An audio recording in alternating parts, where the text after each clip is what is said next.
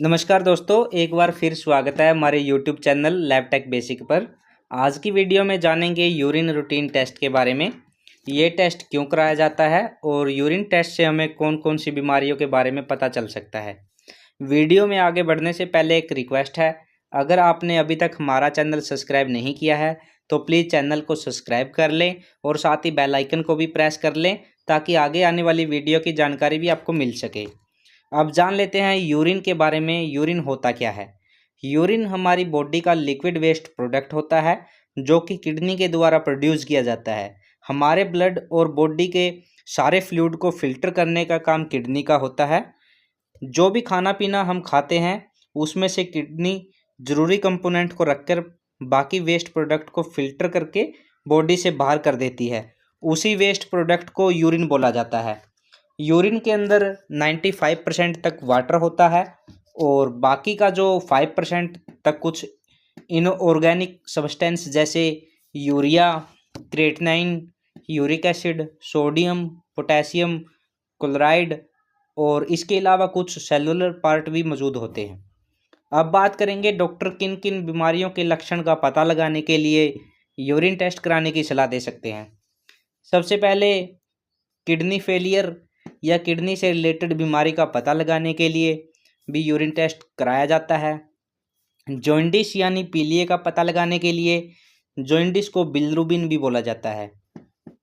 गुर्दे की पथरी का पता लगाने के लिए, डायबिटीज़ यानी शुगर का पता लगाने के लिए भी यूरिन टेस्ट प्रेफर किया जाता है।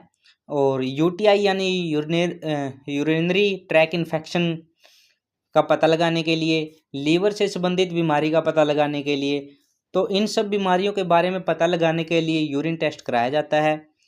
यूरिन टेस्ट को करने के लिए इसको 3 पार्ट में डिवाइड किया जाता है।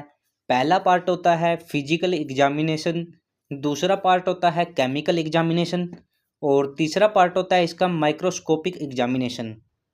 फिजिकल एग्जामिनेशन के अंदर हम यूरिन की वॉल्यूम यानी मात्रा का पता लगाते हैं और कलर देखते हैं, कलर कैसा है, और टर्बिडिटी देखते हैं कि यूरिन क्लियर है या टर्बिड है। पीएच लेवल पता करते हैं और स्पेसिफिक ग्रेविटी देखते हैं। और केमिकल एग्जामिनेशन के अंदर ग्लूकोज और प्रोटीन देखा जाता है। और माइक्रोस्कोपिक एग्जामिनेशन के अंदर जो इन्फेक्शन वाले सेल होते हैं यूरिन के अंदर, जैसे pus cell, epithelial cell, calcium oxalate, phosphate oxalate, RBC, cast, uric acid, तो ये सब सेल माइक्रोस्कोपिक एग्जामिनेशन के अंदर देखे जाते हैं। अब बात कर लेते हैं, अगर आपने अपना यूरिन टेस्ट कराया है तो आप अपनी रिपोर्ट को कैसे चेक कर सकते हैं।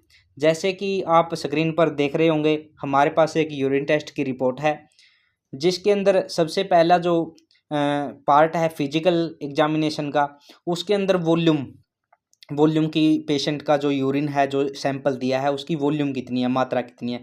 कलर, जो नॉर्मल कलर होता है यूरिन का वह पेल येलो होना चाहिए और जो टर्बिडिटी होती है यूरिन की वह क्लियर होना चाहिए यूरिन। और पीएच जो लेवल है, नॉर्मल पीएच लेवल यूरिन का 5.0 से 8.0 तक होना चाहिए। और नॉर्मल स्पेसिफिक ग्रेविटी यूरिन की 1.005 से 1.030 तक होनी चाहिए।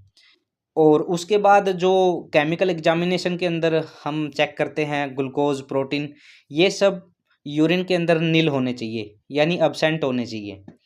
अगर ग्लूकोज या प्रोटीन यूरिन के अंदर प्रेजेंट आता है तो यूरिन इन्फेक्शन हो सकता है।